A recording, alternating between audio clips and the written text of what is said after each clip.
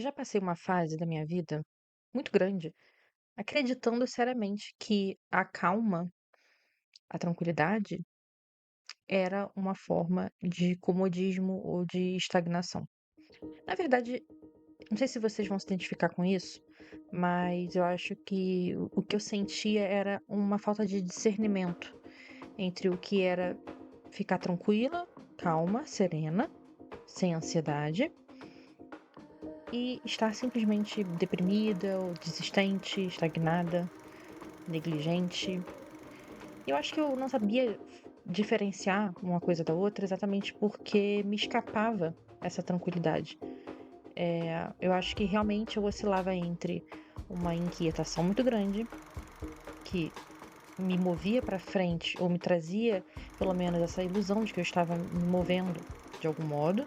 Então essa ansiedade ela me impulsionava a fazer mudanças, a fazer coisas diferentes. E eu acho que isso faz parte também dessa fase da vida, né? Entre 20 e 30 anos, que a gente precisa, a gente tem uma necessidade de experimentar o mundo. Então a gente é movido por uma euforia. Acho que é a fase mais difícil de você ter esse discernimento entre proatividade, garra, coragem e você está simplesmente numa inquietação, numa ansiedade. Quando você está nesses dois polos, é muito difícil você entender o seu caminho. O caminho da tranquilidade que te coloca num lugar de foco para você realizar o que você tiver que realizar na sua vida.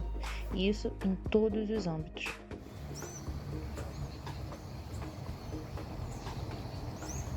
Então, eu queria compartilhar aqui com vocês um pouco da minha experiência com isso. E eu vou tentar ser o mais honesta possível.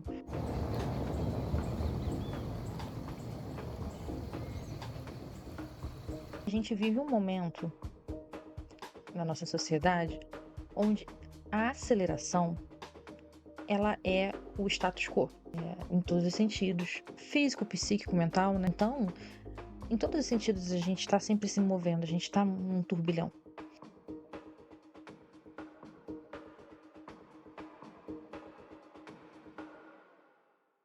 E é engraçado porque a impressão que a gente poderia ter à primeira vista é de que isso nos traria mais tempo, ou uma sensação de alargamento do tempo, já que a gente tem mais possibilidades, né? A gente tem mais informação, a gente tem mais tecnologia, mas não sei vocês, mas a impressão que eu tenho das pessoas com as quais eu converso, uma sensação de que o dia tem menos horas.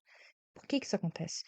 Eu acho que isso tem muito a ver com a gente aumentar as possibilidades. Exatamente causa o efeito contrário, porque como a gente tem a sensação de que as opções são muitas, né, para tudo, isso nos deixa sobrecarregados. Sobrecarregados não só de estímulos, mas de expectativa, principalmente. Então a gente fica muito no que eu poderia ter feito, que eu poderia ter sido. Então, a a calmaria, ela ela é confundida com estagnação, com comodismo, né. E como que a gente discerne? Como é que a gente vai, né, chegar nesse meio do caminho? Porque eu acho que, assim, as pessoas sentem culpa até de descansar, hoje em dia. Você tem um tempo e você vai descansar ou você vai, sei lá, fazer algo que às vezes não vai te trazer um retorno financeiro, por exemplo. Parece que tudo gira em torno de você investir, né, você tem que colocar uma semente para algo nascer, para você ter um retorno. E o que as pessoas esquecem é que o nosso tempo, ele tá sempre plantando sementes, independente das suas escolhas. E quando você usa o tempo para acalmar sua mente, você está plantando sementes para colher lucidez. E o Epiteto, ele falava muito sobre as coisas que a gente não consegue controlar. Então, eu diria que a calma, a tranquilidade, ela mora na sabedoria de saber discernir aquilo que a gente consegue controlar daquilo que a gente não consegue. Então, assim, nossas opiniões, nossas escolhas do que a gente vai fazer na nossa vida, morar aqui, lá, nosso caráter, tudo isso a gente pode controlar, depende da gente, né? Agora, o comportamento de outras pessoas a gente não pode controlar. Os sentimentos de outras pessoas, o passado, a economia, a gente não pode controlar, a política a gente não pode controlar. A opinião alheia a gente não pode controlar. E a contingência, que são inúmeros acontecimentos que podem te acometer e que estão fora do seu controle. Quanto mais a gente confundir essas 2 categorias daquilo que a gente pode controlar e aquilo que a gente não pode, mais ansiedade a gente vai ter.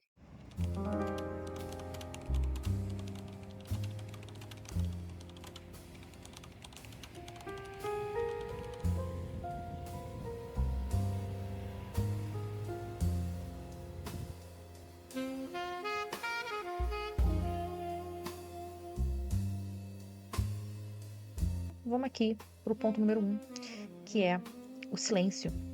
O que ele nos permite? Ele nos revela aquilo que a pressa esconde. Então a pressa, ela tem o poder de esconder coisas de você mesmo, a sua sombra, inclusive.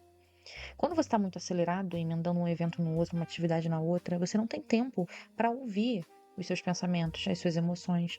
A pressa, ela vai achatando os seus pensamentos e emoções. É como se fosse um rolo compressor que passa por cima de tudo. Muitas pessoas, inclusive, acabam tendo insônia porque elas são atormentadas por um turbilhão de pensamentos, preocupações e sentimentos, simplesmente porque durante o dia elas tiveram uma ocupação e atividades tão intensas que ela não teve tempo de processar esses pensamentos e emoções ao longo do dia. Então aquilo vem como uma avalanche no meio da noite, né? E a pessoa acaba acordando no meio da noite pensando demais e não consegue dormir. Exatamente porque a pressa do dia que ela viveu escondeu, botou debaixo do tapete todos aqueles sentimentos e emoções. E a conta vem, não tem como você fugir disso. Vai vir como uma insônia no meio da noite. Agora, quando você se permite o silêncio, e quando eu falo o silêncio diário, não precisa ser tanto tempo assim. O ideal seria você poder tirar 1 hora para ficar em silêncio. Mas se você não consegue, através de uma caminhada ou um momento de meditação, você ficar quieto, ali você consegue ver essas revelações, tá? Quando eu falo revelação, não é revelação divina. Pode ser que venha também, né? Mas eu tô falando da revelação da sua psique.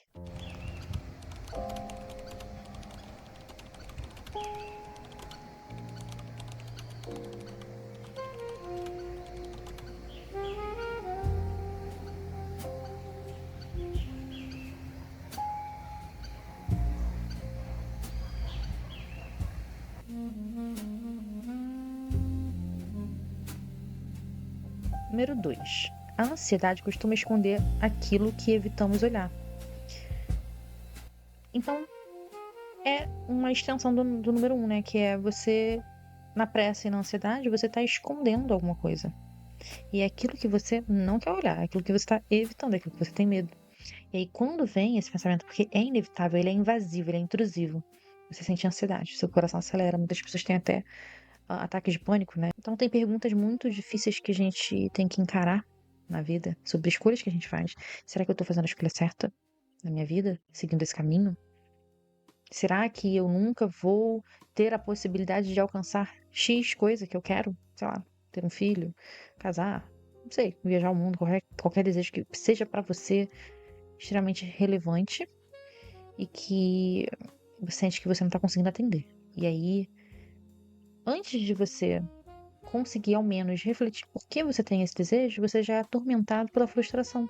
E ela vem de forma intrusiva, simplesmente porque você não parou para olhar aquilo, para olhar por que você tem aquele desejo, se faz sentido, o que está por trás daquilo, se faz sentido manter aquilo como um desejo, e muitas vezes você vê que aquilo não está como uma possibilidade na sua vida, talvez seja porque não faz sentido pra você.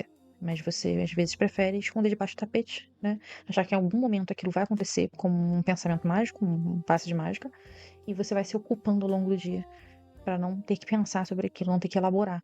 E aí, quando aquilo vem em forma de ansiedade.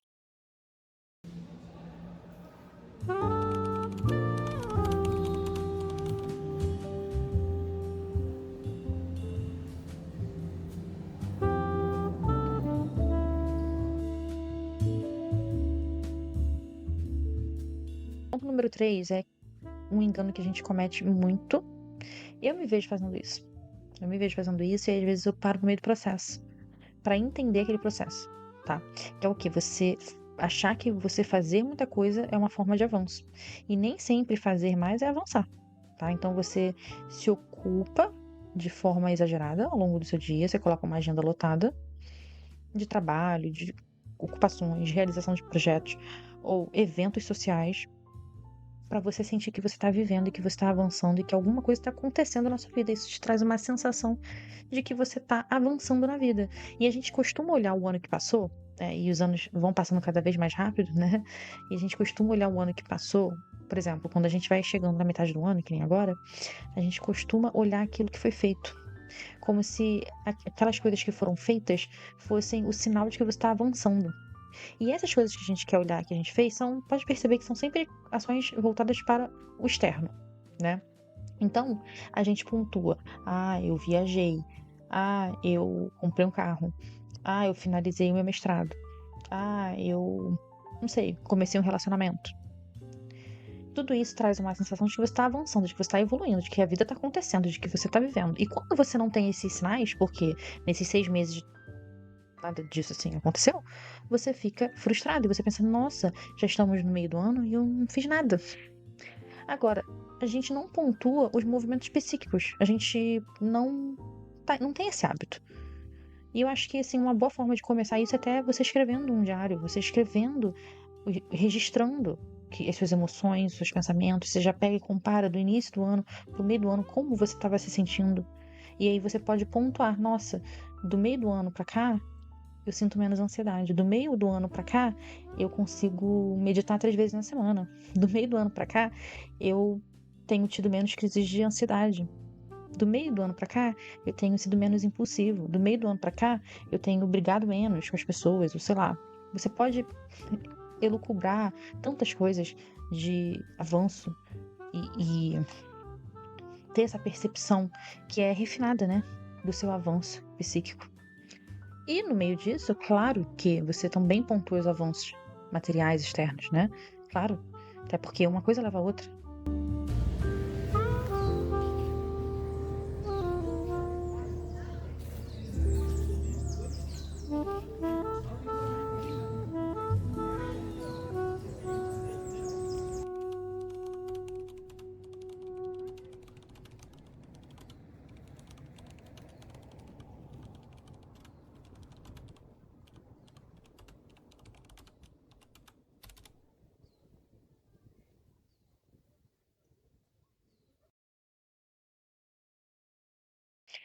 Então, se você consegue ter um espaço de silêncio, não necessariamente você vai meditar. Você pode tentar fazer uma meditação, uma caminhada, mas você, por exemplo, escrever, né?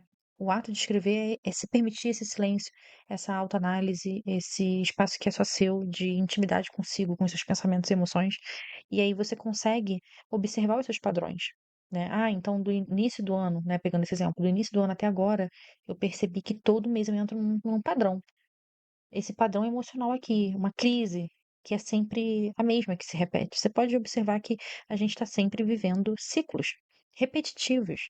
E essa estagnação, essa sensação de estagnação que a gente tem, ela vem muito de perceber de forma inconsciente essa repetição. Mas quando você traz ela para sua consciência, quando você consegue elaborar isso, fica mais fácil você entender esses padrões e você quebrar com eles. E você criar estratégias até para você quebrar com isso, né? E aí não adianta você forçar os resultados, né? Porque agora voltando para aquela parte lá que eu estava falando, quando a gente vê o ano passando e a gente precisa de sinais de que a gente está avançando e que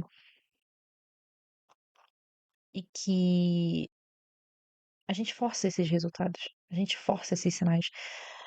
Quantas vezes você não fez isso? Para e pensa, porque eu acho que isso é humano demais, assim. Eu já fiz isso bastante. De você pensar assim: nossa, eu preciso de um movimento na minha vida tá muito parada, eu tô muito estagnada. E aí você inventa pra ser uma aventura. Isso não é necessariamente ruim, ok? E nem necessariamente bom, esse que é o ponto. Porque, eh, às vezes no meio disso você cria uma coisa que é ilusória, que vai ser totalmente temporária. Uma viagem, ou você às vezes faz uma dívida, compra um carro, uma coisa assim. Tem gente que vai lá, faz umas compras, né? eh, para preencher aquele vazio, trazer uma sensação de que algo está acontecendo. Ou então a pessoa às vezes escolhe entrar numa paixonite, sei lá, com uma pessoa que não está disponível, mas é o que tem ali naquele momento, porque ela precisa viver alguma emoção mais forte, né? E aí a pessoa quebra a cara e volta pro ponto que estava antes, mas ainda pior, mais devastada, né? E aí por que que isso acontece, né? Porque você foi movido pela ansiedade, você quis forçar resultados, você quis forçar acontecimentos na sua vida. Gente, isso é muito importante discernir, diferenciar isso de uma outra coisa, que é escolher fazer, você escolher de fato fazer uma coisa de interessante na sua vida, porque você sente que você está pronto, que a sua vida está tranquila, você está bem, está estável, e você precisa sim acrescentar algo ali, sempre tem algo a se acrescentar. Ah, eu acho que seria legal fazer uma viagem agora, eu acho que seria legal comprar um carro agora. Eu sinto que eu tô pronto pra viver um relacionamento, mas não é se jogar na coisa por desespero. Existe essa diferença. Quando você se joga na coisa por desespero, porque você tá num lugar de desconforto, onde você acha que ficar um pouco quieto é algo claustrofóbico, aí esse é o ponto em que você não deveria tomar essas atitudes, mas sim aprender a parar um pouco e a se observar e a encarar esse primeiro medo, porque essa é a primeira barreira, né, a barreira do medo de olhar para os de olhar para os seus próprios pensamentos, de olhar para si.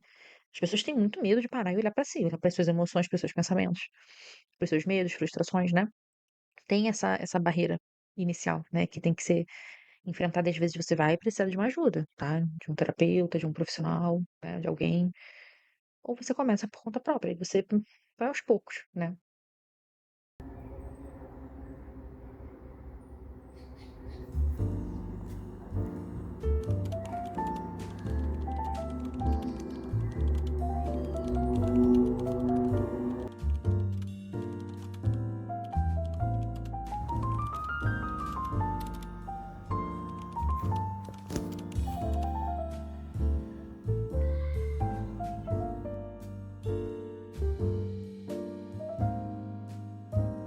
Porque nós somos seres fragmentados e conflituosos.